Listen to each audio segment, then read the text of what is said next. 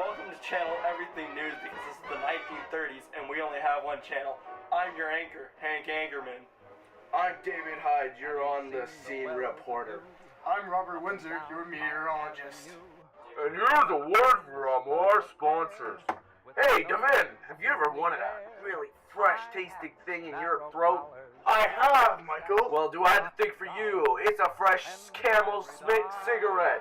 But don't those hurt your lungs? No, are you dumb? Cigarettes. Hi, I'm Hank Anchorman, and welcome to the news. In recent news, a giant dust storm has ravaged its way across the prairies. Thousands of farmers have lost their lives and their jobs. So sad.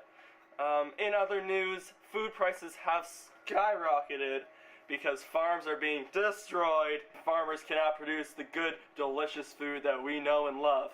City dwellers have been starving, and the thousands of homeless have been having an even more difficult job than usual. Other news, we have a live weather report from our super duper weatherman, Robert Windsor. Over to you, Robert. Here, the Canadian Dust Bowl caused destruction on many farms of the prairies. The storm made living conditions horrible and farming nearly impossible. The dirt cloud is 200 miles long and appears black, which is why it is appropriately given the name, the Black Blizzard. All caused by a drought, unusually high temperatures, and wind erosion, leaving us with an even worse depression. The dust storms appear to be making their way north from the United States and have potential to cause further wind erosion. The dust has caused a lack of precipitation, which is necessary to farming life. Farmers in Canada should be expecting up to 60% less precipitation and up to 45-degree weather throughout this horrible, horrible storm. The warmer temperatures in the Atlantic and cooler temperatures in the Pacific are the cause of this storm. In farming, the loss of fertile topsoil seems to be the largest issue. Without this soil, the land is very vulnerable to drought, especially because of the huge loss of precipitation. The dust storm has taken a huge hit on farmers across the prairies, and we would suggest that you refrain from exiting your homes as it could cause extensive damage to your lungs. Now, back to you, Hank. Oh, Robert, that was some real super weather. I guess that means we have more dust. I trust Robert Windsor's news because 60% of the time, he's right every time. Now that we got the weather out of the way, let's send it over to our reporter in the field, David Hyde. Over to you, David. David Hyde here. I'm here with a local farmer by the name of, hi, what's your name, sir? Lebediah Frankenstein. Well, as you can see, it's very dusty around here. Very dusty, barren, and ruined. Can you explain to us what has happened recently with all this dust? Well, it's really kind of, killed my crops and just dried everything up, It's really bad. And nothing can be grown. And the dirt isn't fertile at all. It's terrible. How has this affected you and your family? It's put me out of a job. It's killed my wallet. It's killed my cattle. It's killed my crops. It's killed the soul of my farm. Nothing's going right for me.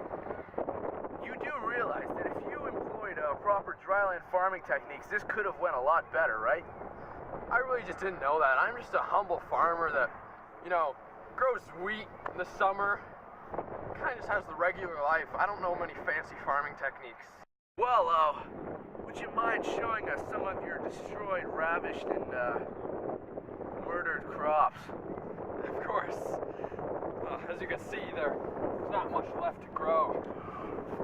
The land is all dry, and there's some evidence of me attempting to till the land, but just can't get anything to grow. That is very, very sad. This is truly troubled times for all of us. How has this dust storm affected you on a personal level? Well, I've got no money in my pocket anymore. In fact, I've had so little money that I had to send my entire family away to live with some of my cousins in Victoria. That is very sad. Indeed, I really truly miss them. Understandable. So, you told me that it also killed your cattle. Yes, without proper nutrition, like grass they can eat and water they can drink, all my lovely young cows just perished in a terrible, dry, dusty death. That is quite horrible. The Dust Bowl has been going on for a few weeks now. How have you been feeding yourself? Well, so far I've been living off stored food that I have, and every so often I take my savings and go to the market, get some cornbread and pea soup. That can make you survive, that's for sure. Let me tell you, it's terrible living off of cornbread and pea soup for over a week. Trust me, I can't even eat it once without throwing up. You live moderately close by to a city. Why haven't you, tried to get a job in there? Well, my cousin ended up telling me a while ago when he stopped by the farm, there was so little jobs left in the town. They were just barely able to hand them out to the strongest of the strong. Like me. And let me tell you, I got some real pipe cleaner guns here, so I'm not making any, steel cans. What do you plan on doing if this drought doesn't end soon? Well, I don't really have much of a choice. I can't go anywhere. My horse is dead. I can't drive anywhere. My car's full of dust. And I can't walk anywhere. I'll starve to death.